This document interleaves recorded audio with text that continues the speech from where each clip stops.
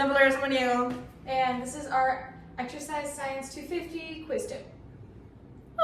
The way it's gonna go, I'm gonna show you the room we're in, and then we're gonna answer our questions. And I'm gonna go first because I get the most anxious, and also my question is not as long as Lauren's, and she likes to talk a lot.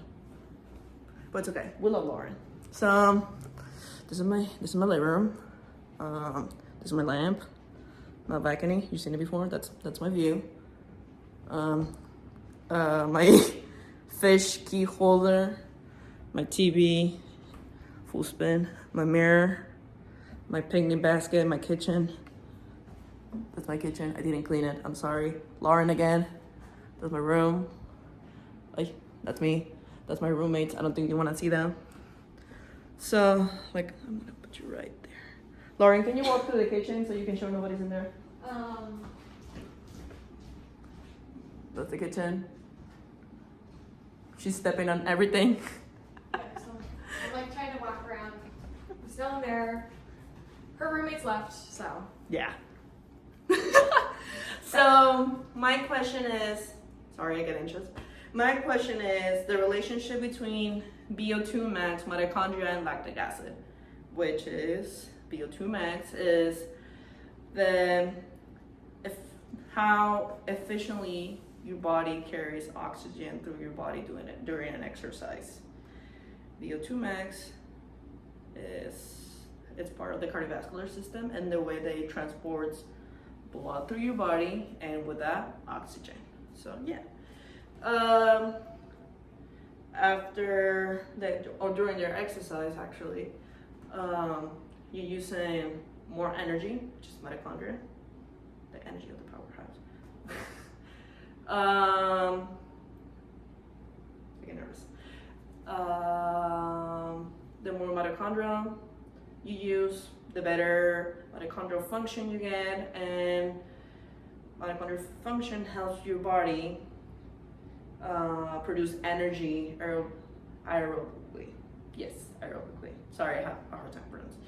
Which that helps clearing out the lactic acid buildup, which that's basically what it is.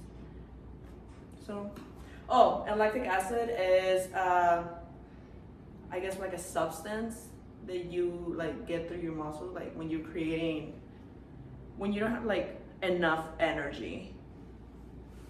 So that's why we don't want it. We want to be able to create energy aerobically. Okay. And so my part has 3 parts. I have BMI, I have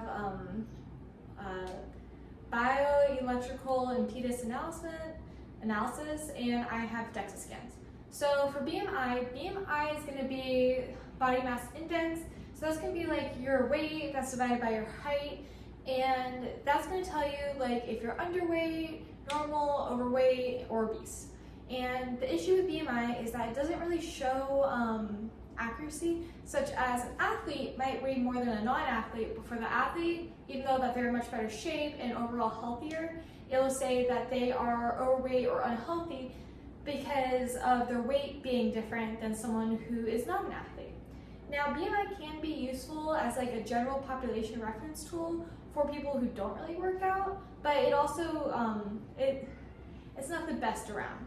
Next up, we have bioelectrical impedance analysis, and so that is going to be like an electronic weight scale that has these 2 metal parts where you put like the balls of your feet on, like the top of your feet and the balls of your feet. So that's going to actually send a harmless electric current through your body, which is going to tell it like, hey, this is a guesstimate of your body fat percentage, this is your bone mass, and this is your muscle mass, and also weigh you, of course.